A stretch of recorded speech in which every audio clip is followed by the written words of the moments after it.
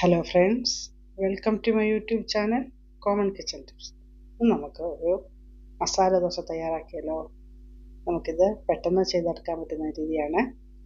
അപ്പം നമുക്ക് എങ്ങനെ ചെയ്യണമെന്ന് നോക്കിയാലോ. നമുക്ക് കുറച്ച് വെളിച്ചെണ്ണയിൽ ഒന്ന് ഇഞ്ചി മൂപ്പിച്ചെടുത്തതിന് ശേഷം കുറച്ച് സവാളയും നല്ലപോലെ വഴറ്റിയെടുക്കാം. കുറച്ച് പച്ചമുളകും ചേർത്ത് നല്ലപോലെ വഴറ്റിയെടുക്കാം. നമ്മളൊരു കുക്കറിലൊരു 3-4 കിഴങ്ങ് പുഴുങ്ങിയെടുത്ത് തൊലി കളഞ്ഞെടുത്ത് വെച്ചിട്ടുണ്ട്. ഇതിനകത്ത് ബീട്രൂട്ടും ക്യാരറ്റും ഒക്കെ ചേർക്കാം, ബീൻസും. നമ്മളിവിടെ സവാളയും കിഴങ്ങും പച്ചമുളകും മാത്രമേ ചേർക്കുന്നുള്ളൂ. കുറച്ച് ഇഞ്ചി ആദ്യമേ ചേർത്തിട്ടുണ്ട്. ഇഞ്ചി ചേർക്കുമ്പോഴാണ് ഈ മസാല ദോശയ്ക്ക് നല്ല മണം കിട്ടുന്നത്. ഇഞ്ചിയും പച്ചമുളകും നല്ലപോലെ എല്ലാം ഉപ്പ് ചേർത്ത് കുറച്ച് മഞ്ഞൾപ്പൊടിയും ചേർക്കാം. നമ്മൾ കുറച്ച് ടൈറ്റ് ആകാൻ വേണ്ടിയിട്ട് കുറച്ച് കടലമാവ് ചേർക്കുന്നുണ്ട്.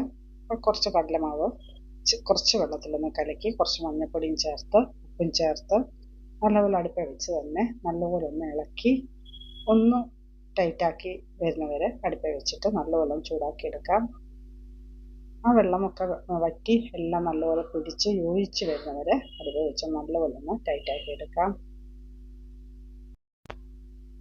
കടലമാവും മഞ്ഞൾപ്പൊടിയൊക്കെ ചേർത്ത മിശ്രിതം എല്ലായിടവും ചേരുന്ന രീതിയിൽ നല്ലപോലെ ഒന്ന് ഇളക്കി നമുക്ക് കുറച്ചൊരു 5 മിനിറ്റ് നല്ലപോലെ ഇളക്കി അടുപ്പിൽ വെച്ച് നല്ലപോലെ ഒന്ന് ടൈറ്റാക്കി എടുക്കണം.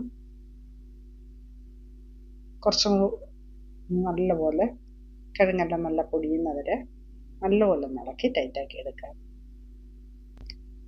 നമുക്ക് മസാല ദോശയ്ക്ക് ഒരു വെള്ള ചമ്മന്തിയും തയ്യാറാക്കിയിട്ടുണ്ട്, സാമ്പാറും തയ്യാറാക്കിയിട്ടുണ്ട്. അപ്പം നമുക്കിനി ദോശ ചുട്ടാലോ.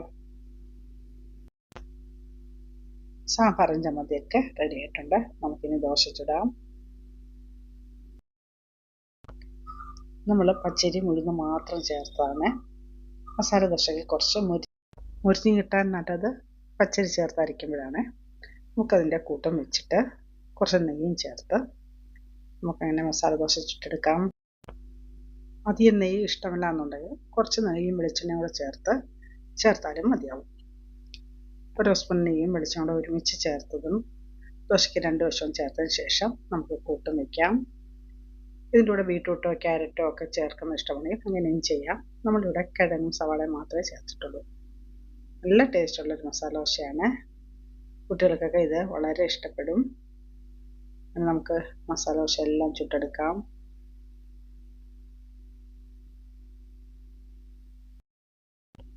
മസാല ദോശയൊക്കെ നമുക്ക് വീട്ടിലുണ്ടാക്കി കൊടുക്കുമ്പോൾ കുട്ടികൾക്ക് അത് വളരെ സന്തോഷമായിരിക്കും. ഏറെ കറി ഇഷ്ടമില്ലായെങ്കിൽ കുറച്ച് കറി വെച്ചാലും മതിയാവും. ചില കുട്ടികൾക്ക് നല്ലപോലെ കറി ഇഷ്ടപ്പെട്ട് കഴിക്കും, ചിലവർക്ക് നെയ് റോസ്റ്റ് ആയിരിക്കും ഇഷ്ടപ്പെടുന്നത്.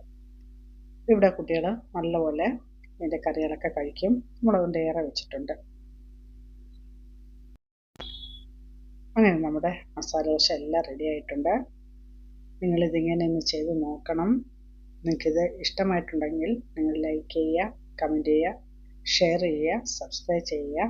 വീഡിയോ സ്കിപ്പ് ചെയ്യാതെ കാണാൻ ശ്രമിക്കുക. സബ്സ്ക്രൈബ് ചെയ്യാത്തവർ ദയവായി സബ്സ്ക്രൈബ് ചെയ്തതിനെ സപ്പോർട്ട് ചെയ്യുക. മറ്റൊരു വീഡിയോയുമായിട്ട് വീണ്ടും വരാം. Thank you.